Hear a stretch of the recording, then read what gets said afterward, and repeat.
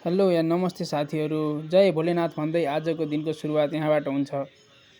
सुरुमा चाहिँ एक्सर्साइज गर्नलाई 30 डेज च्यालेन्जको डे 3 को सुरुमा स्ट्रेचिङबाट सुरु हुन्छ। यसो अलिअलि नसाहरू तन्काउँदै खुट्टाहरू यताउता तन्काउँदै आज चाहिँ मैले घाँटीलाई अलिकति प्रायोरिटी दिएँ, घाँटीलाई पनि गरेँ।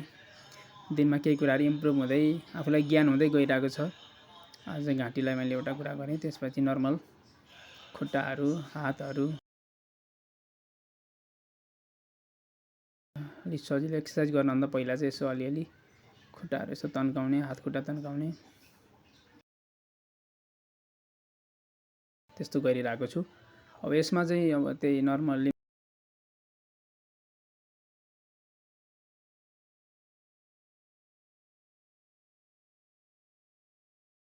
अलिकति गाह्रो भयो, पानी सानी खाँदैछु। आज डे 3 आज अलिकति दुखाइ नै छ। अब डे 4 बाट चाहिँ अलिकति मेहनत पनि गरेर दुःख गर्नुपर्छ। तीनटा सेटको फर्स्ट सेट, सेकेन्ड सेट र थर्ड सेट भनेर छुट्टै नै गर्नुपर्छ। आज चाहिँ अलिकति काम भएको कारणले गर्दाखेरि अलिक कम गरेँ, पानी खाएँ, एक्सर्साइज गरेँ।